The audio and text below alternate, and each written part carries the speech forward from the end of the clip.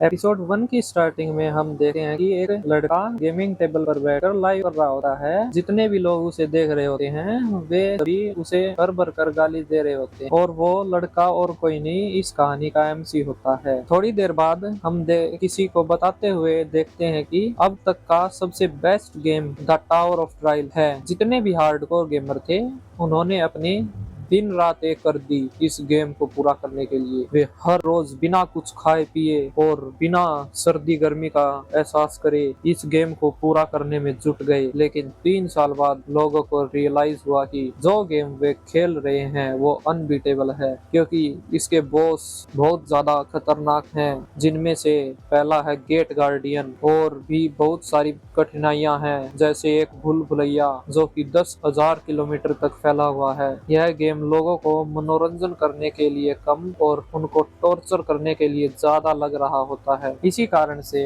थोड़ी दिनों के बाद जो गेम्स के जो एसेट्स थे वो डाउन जाने लगे और गेम जल्दी ही क्रैश हो गया। 3 साल के बाद अब उस गेम को कुछ ही लोग खेल रहे हैं और वे भी बिल्कुल वो लोग हैं जो कि वो हार्डकोर गेमर्स हैं। उनमें से एक हमारा एमसी भी होता है जिसने कि अभी अभी फ्लोर 50 को पूरा किया है। एमसी को इसे पूरा करने में बहुत ही मुश्किलों का सामना करना पड़ा और अब तो उसने इसको इतनी बार कंप्लीट कर लिया है कि उसे इस फ्लोर की सभी कठिनाइयों के बारे में पहले से ही पता होता है। वह यह गेम इतनी बार खेल चुका है जिससे कि इसको हर एक फ्लोर या फिर हर एक जो जाल हैं उनका पहले से ही पता होता है, कहाँ पर कैसा जाल बिछा हुआ है। एमसी ने यह गेम खेलते खेलते 11 साल लगा दिए हैं अपनी जिंदगी के, लेकिन किसे पता है कि उसने इसका लास्ट फ्लोर पूरा भी क्लियर किया है या नहीं। एमसी सोचता है क्या मुझे यह गेम लाइव करना चाहिए था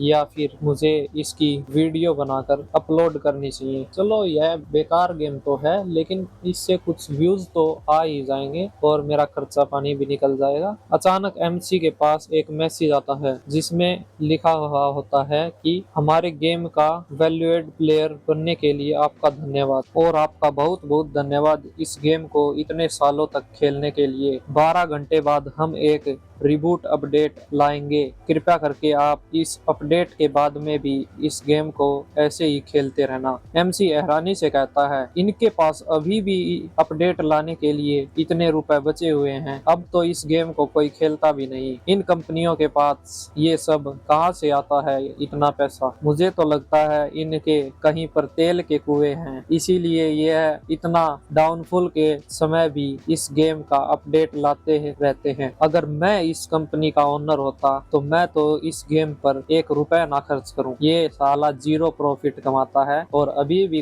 कुछ लोग इसके ऊपर इतना सारा पैसा खराब कर रहे हैं। चलो कुछ भी हो, मुझे तो यह गेम आज छोड़ना ही था। ऐसे में आज इसको पूरा करके छोड़ देते हैं। चलो यार कुछ धंधा ढूंढना पड़ेगा, इन जैसे गेमों से मेरे थोड़ी ना खर्चा चलने वाला है। अब मेरी तो वॉचिंग भी इतनी नहीं आ रही जिससे कि मेरा कुछ पेट भर सके और मेरा बैकअप भी ऐसा नहीं है। मेरा तो परिवार भी इतना गरीब है, वो तो मुझे इतने पैसे भी नहीं दे रहा जिससे कि मैं कुछ मेरी मर्जी का खरीद भी सकूं। अरे यार मैं तो भूल ही गया, मुझे मेरे ट्रेनर को भी तो बतानी है कि मैं कल से नहीं आने वाला। भाई काम करना पड़ेगा, बिना काम करे रोटी थोड़ी ना चलती है। काम कर लाला काम कर। और जैसे मेरे हालात चल रहे हैं जल्दी मेरी कच्छा भी फटने वाला लग रहा है मेरे को तो। चलो कोई ना, पहले लाइव जाकर मैं सभी को बता देता हूँ कि मैं यह काम छोड़ने वाला हूँ। अगले सीन में हम एमसी को लाइव आते हुए देखते हैं और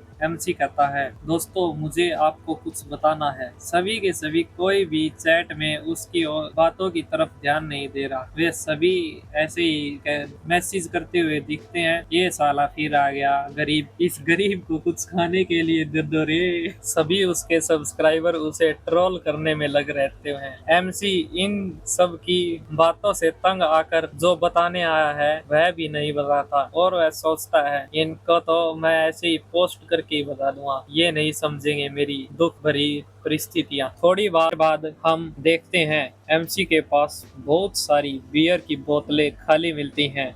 एमसी धड़ाधड़ बियर की बोतलें गटका रहा होता है। सभी बोतलें खाली करने के बाद उसको इतना हैंगओवर हो जाता है कि वह बेड पर उल्टा लेट जाता है। उसे कुछ भी समझ नहीं आ रहा होता, उसका सर घूम रहा होता है और वो बेड पर गिरते ही सो जाता है। थोड़ी देर बाद एमसी उठता है और सर पकड़कर सोचता है ये साली बियर ही नकली थी, इससे तो नींद भी अच्छी नहीं आई और सर में दर्द अलग से हो गया।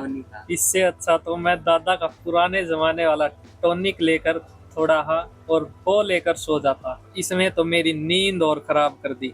एमसी कहता है चलो अब उठ तो गया ही हूँ, अब उस वीडियो को भी अपलोड कर देता हूँ जिसमें मैं बताऊंगा कि मैं ये काम छोड़ रहा हूँ। एमसी ने पीसी ऑन करने के लिए हाथ बढ़ाया ही था कि अचानक वह कुछ देखकर हैरान होकर एक जगह जम जाता है। वह स्क्रीन पर देखता है कि अचानक जो गेम वह खेलता था वह रियलिटी के साथ मर्ज हो गया है और जो टावर गेम में क्लियर करता था वह टावर रियल वर्ल्ड में अपीयर हो गए हैं। यह सब देखकर एमसी हैरान खड़ा रह जाता है। सभी लोग अपनी हैरानी और जिज्ञासा को रोक नहीं पाते। लोग लाइव आकर दिखा रहे होते हैं, देखो देखो ये रहे टावर, देखो ये रहे टावर, एक गेम का हिस्सा था ये टावर, अब उनके वर्ल्ड में भी अपीयर होने लगे हैं। ये सब देखकर एमसी भी हैरान खड़ा रहता है और वह सोचता है ये सब कैसे हो सकता है। अचानक मैं सोता हूँ, सोकर उठता हूँ, उठते ही मुझे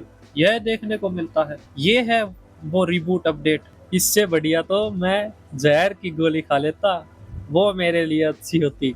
अचानक एमसी के सामने एक सिस्टम विंडो पॉपअप होती है जिसमें साफ साफ बताया जाता है कि टावर ऑफ ट्रायल को रिबूट कर दिया गया है और जो पहला अपडेट था वह कंप्लीट हो गया है। उसके बाद एक और नया मैसेज पॉपअप होता है जो कि बताता है अगर सभी प्लेयर ने 90 दिनों में टावर क्लियर नहीं किए तो ह्यूमैनिटी को इसका अंजाम भुगतना पड़ेगा। एपिसोड 3 की स्टार्टिंग में हमें एमसी को हैरान और परेशान चेहरे के साथ दिखाया जाता है। नेक्स्ट सीन में हमें एमसी को जल्दी करते हुए दिखाया जाता है। एमसी जल्दी जल्दी कपड़े पहनकर और बाहर की तरफ भागने लगता है और भागते भागते वह सोचता है कि मुझे अगर यह गेम रियलिटी के साथ मर्ज हो गया है तो जल्दी करनी होगी और वो आइटम मेरे हिस्से में करना होगा, इससे आगे के जो आने वाले खतरे हैं उनसे मैं अच्छी तरह से निपट पाऊंगा। वह तेजी से अपने अपार्टमेंट से बाहर निकल जाता है उस खास आइटम को लेने के लिए। सीन शिफ्ट होता है और हमें सेंट्रल सिटी का सीन देखने को मिलता है जहाँ पर लोगों की भीड़ लगी होती है। सभी लोग एक दूसरे को फोन कर कर कह रहे होते हैं अरे ये बस कब आएगी, जल्दी आओ जल्दी आए, मुझे कल पनवेल भी निकलना है। लोग अपने घरों से बाहर निकलकर सड़कों पर उतर आए हैं और सब के सब जितना जल्दी हो सके उतना जल्दी कोरिया छोड़कर जाना चाहते हैं। उन्हीं सब के बीच हम एमसी को दौड़ते हुए देखते हैं। थोड़ी देर बाद वह एक खाली सीढ़ियों की तरफ आ जाता है जो कि अंडरग्राउंड में जा रही होती हैं। वह उन सीढ़ियों से नीचे उतरकर एक शॉप के सामने आकर खड़ा हो जाता है और कहता है अगर मैं गलत नहीं हूँ तो वह आइटम मुझे यहीं पर मिलना चाहिए, चलो इसके अंदर जाकर देखते हैं। इतना दौड़ने के कारण उसके शरीर से पसीने बहने लगते हैं। एमसी के अंदर कदम रखते ही एक सिस्टम मैसेज पॉपअप होता है जिसमें कि लिखा हुआ होता है you have entered an event area. अंदर जाकर एमसी देखता है कि वहाँ बहुत सारे लोग पहले से ही इकट्ठे हुए हैं।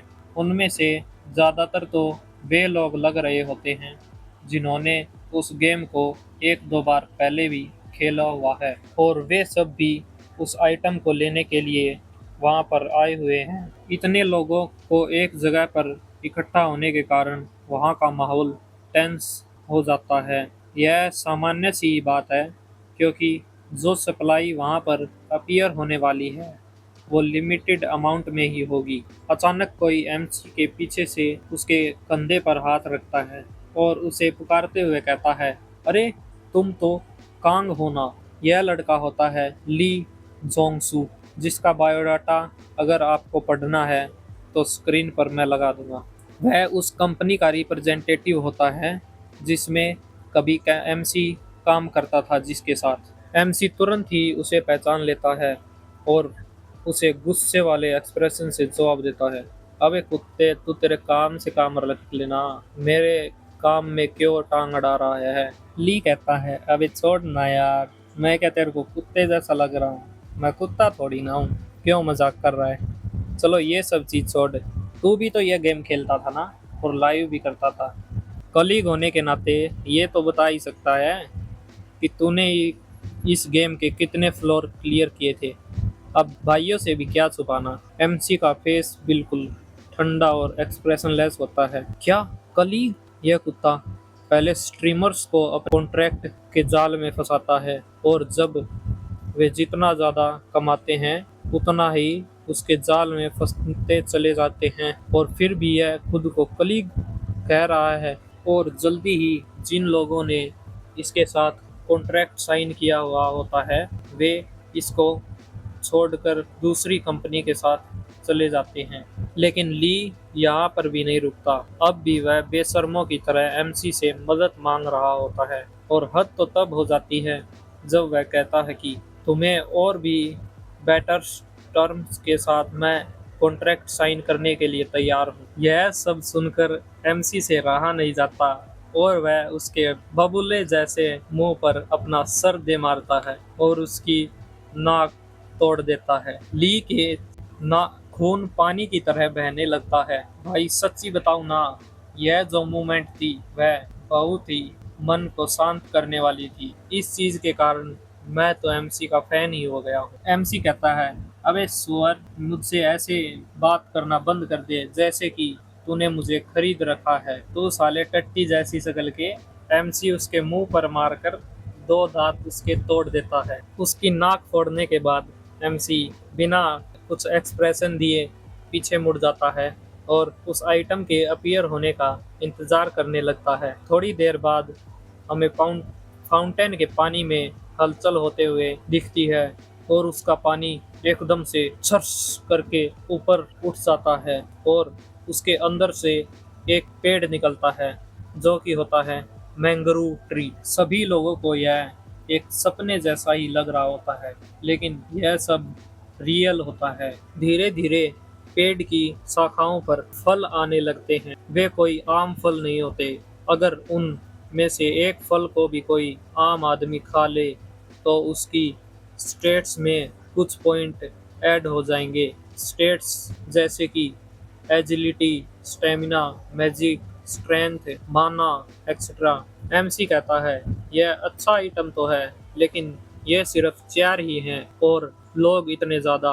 अगले सीन में हम सभी लोगों को वे फल लेने के लिए पेड़ पर चढ़ते हुए देखते हैं, लेकिन यह इतना भी आसान नहीं होता। सभी एक दूसरे को मारकर अपने हाथ में ज्यादा फलों को हथियाना चाहते हैं। वे एक दूसरे के साथ मार पिटाई करते हुए ऊपर पेड़ पर जाने की कोशिश करते हैं। इधर ली मार खाने के बाद भी नहीं मानता। वो अभी भी एमसी को बहलाने की कोशिश कर रहा होता है, और वह कहता है, अगर हम दोनों साथ में काम कर लें तो हम आसानी से सभी फलों को अपने कब्जे में कर सकते हैं, और बाद में उनको आधा आधा बांटकर हम दोनों का ही फायदा हो जाएगा। ली गुस्से में कहता है, अबे मेरी बात भी तो मान ले यार, क्या तू भी गुस्सा लेकर बैठा हुआ है। एमसी कहता है, अगर तेरे को कुछ पता ही नहीं है तो तू चुप बैठना। एमसी फुल कॉन्फिडेंस में कहता है, अभी टाइम नहीं आया है, अभी तो मेन डिश आनी बाकी है।